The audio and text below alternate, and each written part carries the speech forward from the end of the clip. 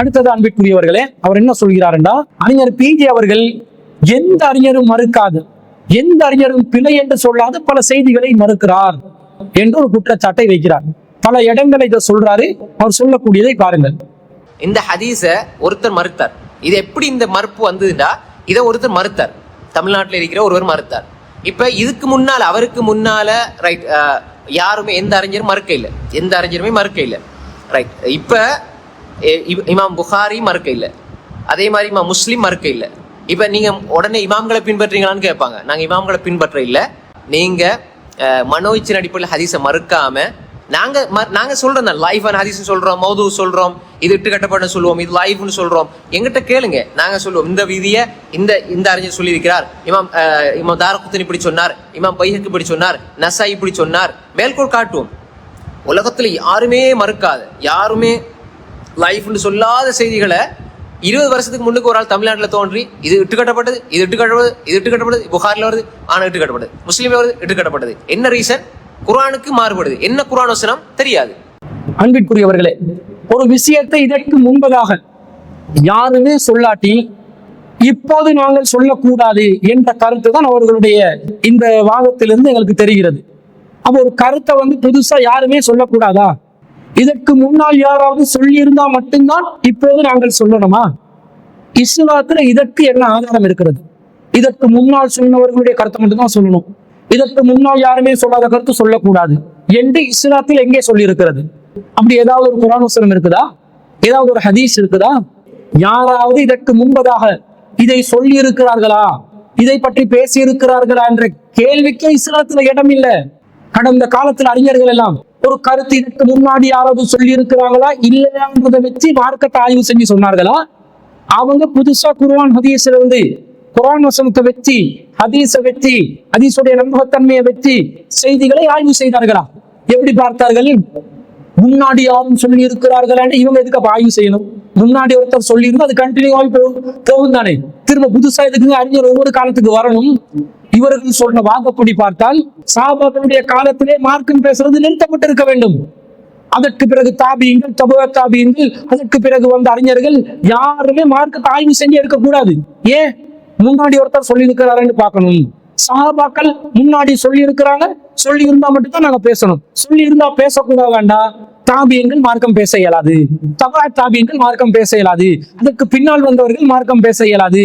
பிறகு வரக்கூடிய இந்த நூற்றாண்டு வரைக்கும் எந்த அறிஞரும் மார்க்கத்தை ஆய்வு செய்யவே கூடாது என்ற நிலைக்கு வருமா இல்லையா?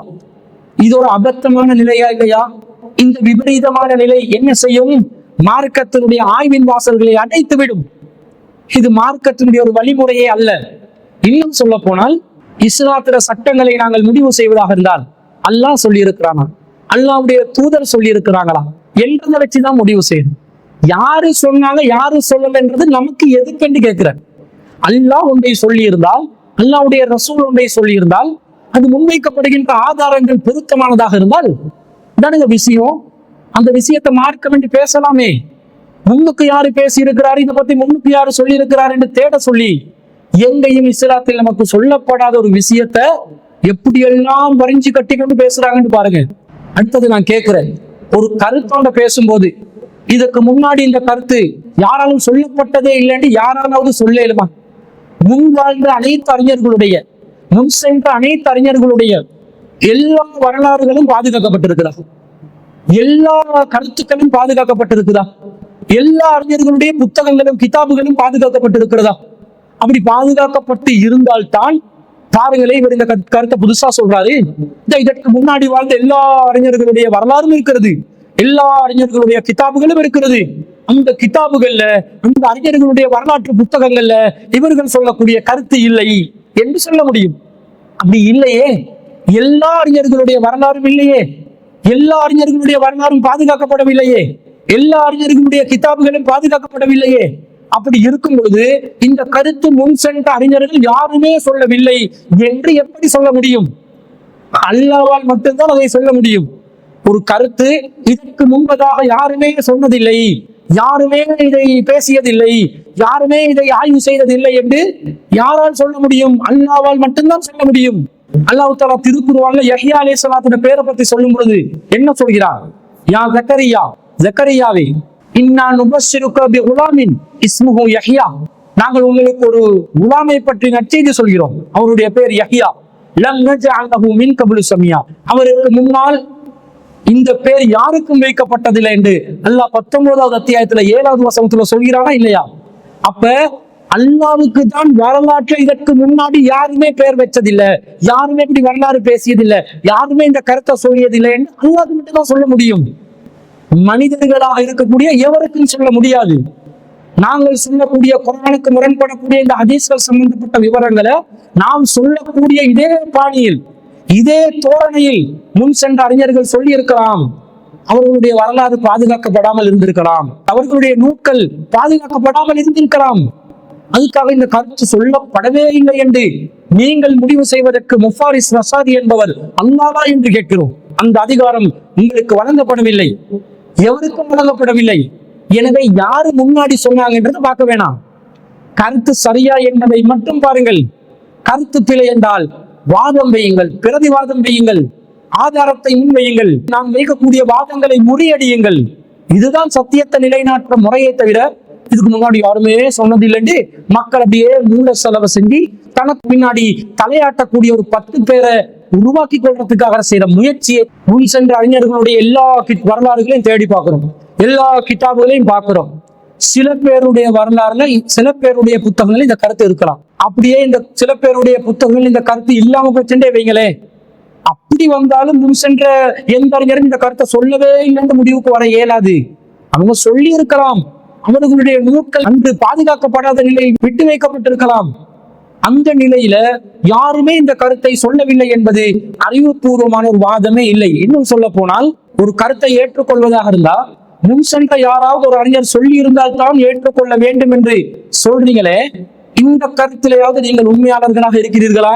இல்ல. பல அறிஞர்கள் பல காலகட்டங்கள்ல புதுசா சில கருத்துக்களை முன்வைத்திருக்கிறார்கள்.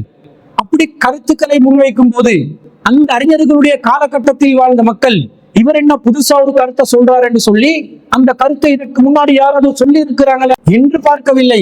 எப்படி பார்த்தார்கள்? சொல்லப்படுகின்ற கருத்து புதுசா இருந்தாலும் அந்த கருத்துக்கு குர்ஆன்ல இருந்து ஆதாரம் காட்டுகிறாரா, ஹதீஸ்ல இருந்து ஆதாரம் காட்டுகிறாரா என்று பார்த்துதான் ஏற்றுக்கொண்டார்கள். சில அறிஞர்கள் வருவார்கள், முன் சென்ற அறிஞர்களுடைய கருத்துக்களை மறுத்து பேசுவாங்க. முன்னாடி இந்த கருத்து சொல்லி வரப்பட்டுள்ளது, இந்த கருத்து காலாகாலமா வருகிறது, ஆனால் இந்த கருத்தை நான் ஏற்றுக்கொள்ள மாட்டேன், என்னுடைய கருத்து இதுதான் என்று பரம்பரையாக ஒரு கருத்தை மறுத்து ஒரு அறிஞர் ஒரு கருத்தை பதிவு செய்வார். அப்ப அந்த காலகட்டத்தில் வாழ்ந்த மக்களுக்கு எந்த அறிஞர் ஒரு கருத்தை மறுத்து பேச ஆரம்பிக்கிறாரோ அந்த அறிஞர் வாழக்கூடிய காலகட்டத்தில் மறுத்து பேசப்பட்ட கருத்து புதிய கருத்தாக இருக்கும். அந்த கருத்து காலப்போக்குல பழைய கருத்தா மாறிடும். அப்படித்தானே காலம் முழுக்க அறிஞர்களுடைய கருத்துக்கள் பரிமாறப்பட்டு வருகிறது. மக்கள் புதிய கருத்து சொல்லப்படுகிறது என்ற ஒரே காரணத்தை வச்சு ஒருபோதும் அதை நிராகரித்ததில்லை. கருத்தினுடைய ஆதாரங்களை பார்த்துதான் நிராகரித்திருக்கிறார்களே தவிர புதுசா பழசா என்பதை வச்சு நிராகரித்ததில்லை. அப்படி மாற்று கருத்து சொல்ற ஒவ்வொரு அறிஞரும் முன் சென்ற அறிஞர்களுடைய கருத்துக்களுக்கு மாற்றமாக புதுசா தான் சொல்றாங்க என்றது தெல்ல தெளிவாக சலஃபுகளும் ஒப்புக்கொள்வார்கள், முஃபாரிஸ் ரஷாதியும் ஒப்புக்கொள்வார். ஆனா அறிஞர் பிஜே அவர்கள் ஒன்றை முன்வைத்தால் மட்டும் இது புதிய கருத்து, இதுக்கு முன்னாடி யாருமே சொன்னதில்லை என்று ஒரு நிலைக்கு செல்கிறீர்களே, அப்ப நீங்க என்ன பண்றீங்க தெரியுமா? அறிவின் வாசலை அப்படியே மூட பாக்குறீங்க, ஆய்வின் வாசல்களை அப்படியே மூட பாக்குறீங்க. ஒரு காலகட்டத்தை தாண்டி எவனும் சிந்திக்காத ஒரு சமூகமாக, எவனும் சிந்திக்காத ஒரு நிலையில் வாழ வேண்டும் என்ற ஒரு கருத்தை நீங்கள் சமூகத்தில் பதிவு செய்கிறீர்கள். அதனால் தான் முன் சென்ற அறிஞர் யாராவது சொல்லி இருக்கிறாங்களா இல்லையா என்று தேடி பார்க்கிற ஒரு நிலையை நீங்கள் ஏற்படுத்துகிறீர்கள். இப்ப உதாரணமாக சொல்றதா இருந்தா, ஒரு அறிவிப்பாளரை பத்தி யஹ்யா இப்னு மஈன் அவர்கள் பலவீனம் என்று புதுசா சொல்லுவாரு. அவருக்கு முன் சென்ற காலத்தில் உள்ள அறிஞர்கள் எல்லாம் அந்த அறிவிப்பாளர் பலவீனம் என்று சொல்லியிருக்க மாட்டாங்க. இப்ப யஹ்யா இப்னு மஈன் அவர்கள் ஒரு அறிவிப்பாளரை பலவீனம் என்று சொல்லிட்டாரு, இது புதிய கருத்து, இதற்கு முன் யாராவது இதை சொல்லி இருக்கிறாரா இல்லையான்னு பார்த்து ஹதீஸ்களில் உள்ளவர்கள் அறிஞர்கள் யஹ்யா இப்னு மஈனுடைய கருத்தை ஏற்றுக்கொள்வதா இல்லையான்னு முடிவு செய்ய மாட்டார்கள். எப்படி பார்ப்பாங்க? அவர் சொல்ற வாதம் சரியா, அவர் அந்த அறிவிப்பாளர் சம்பந்தமாக சொல்லுகின்ற வரலாற்று பின்னணி சரியா, அந்த அறிவிப்பாளர் சம்பந்தமாக முன்வைக்கின்ற விமர்சனம் சரியா, நியாயமானதா, அதற்கு ஆதாரம் இருக்கிறதா என்பதை மட்டும்தான் பார்ப்பார்கள். இந்த சலஃபுகளும் ஏற்றுக்கொண்டிருக்கக்கூடிய மிகப்பெரிய ஒரு அறிஞரான அறிஞர் நாசருத்தீன் அல்பானி அவர்கள் 19ஆம் நூற்றாண்டுல புகாரில வரக்கூடிய நிறைய தவறான செய்திகளை பற்றி முன்வைத்தார். அப்ப இவர் இவர்தான் புகாரிட செய்திகளை முன்வைக்கிறார், தவறு என்கிறார், புதுசா சொல்கிறார் என்று சொல்லி அந்த அறிஞருடைய கருத்துக்களை மற்றவர்கள் மறுத்தார்களா, அல்லது அல்பானி அவர்களுடைய கருத்தை ஆய்வு செய்து சரியானவைகளை ஏற்றுக்கொண்டார்களா? சிந்திக்கணுமா இல்லையா? சலஃபுகளில் கூட இந்த முஃபாரிஸ் வசாதி சொல்லக்கூடிய ஒரு வழிமுறை இல்லை.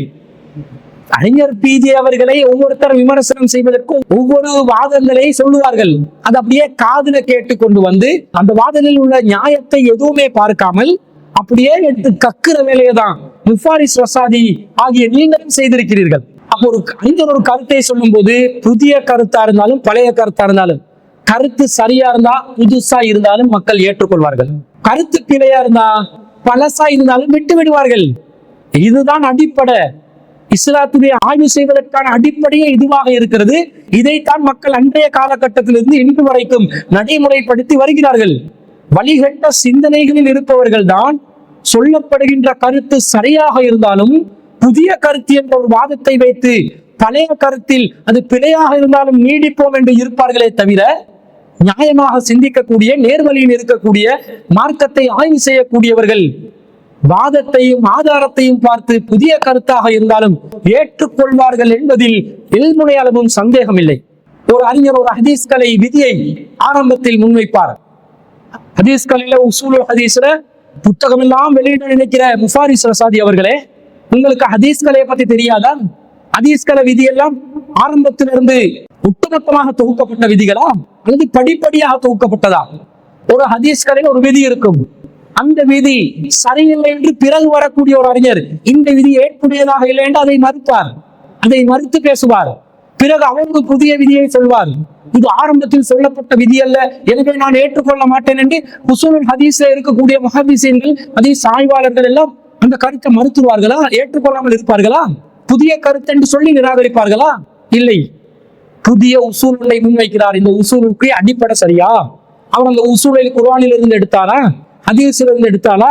தகவல் தொடர்பு சம்பந்தப்பட்ட தகவல்களை ஏற்புடைய தகவல் என்ன, நிராகரிக்கத்தக்க தகவல் என்ன என்றது அடிப்படையில் சிந்தித்து முடிவெடுக்கக்கூடிய நியாயமான மனசாட்சியின் அடிப்படையிலே அந்த உசூலை முன்வைத்திருக்கிறாரா இல்லையா என்பதை பார்ப்பார்களா?